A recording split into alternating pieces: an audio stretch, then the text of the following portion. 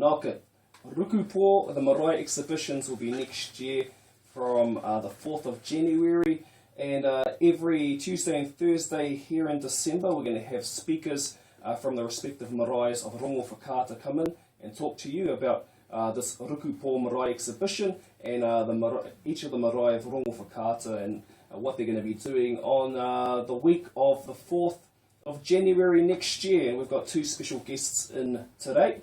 Moera Brown, tēnā koe. Moera. And Tapunga Nepe, kia ora. It's good to have you two in here to talk about the Rukupō Marae exhibitions, but for those people out there who have just heard about it right now, can you explain what is the Rukupō Marae exhibitions and how did it come about? So first of all, we're really excited in the uri of Rongo Whakaata. The exhibitions really have come about by a demand from our whakiki's. Also some opportunities that have been offered to Rongo Whakaata for Te Papa, and the developments that are happening with Te Ha, and it was a request really for us as Rongo Whakaata iwi to tell our stories.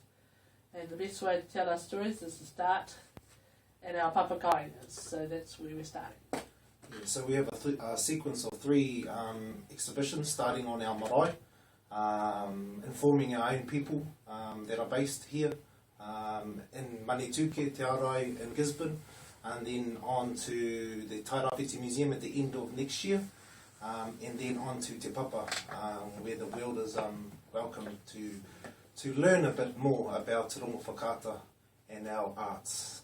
And, yeah, so the thought of having them on the marae was to, I suppose, take an example from Ngāi Tāmanuhiri and their success with the exhibition that went from their marae on to over to the museum. So it was also a way of informing our own people before we tell the world.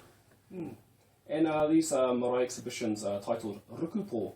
I understand that Rongo Whakaata has its own style when it comes to mahi toi, when it comes to whakaaro, and it's named after Rukupō because he was a master carver as well. Yeah. So the name, as we know, is an ancestor name. It's a symbol of excellence and is also used as the name for the exhibition. So the full exhibition title is Ruku i te pō kia rongo i te ao. So it's, as I said, it's the basis of the exhibition at the marae is for our own people to delve within the depth of night, to retain all that kōrero, that history that may not be as well maintained as it was by the elders before, and to bring it to light. And so when we go to Te Hau, when we go to face the world, we know our stories. And this Thursday we're going to have speakers from Rukupō Marae, and you're going to be talking about what Whakatō Marae will be doing on the 4th of January to the 9th of January next year. Yes, so Whakatō Marae is privileged enough to be the first marae that will open the exhibition.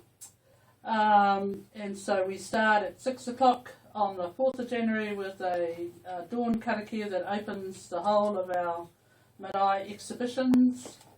Obviously we have parakuri, so that people have a bit of energy, and then we deal with our exhibitions at Whakatō.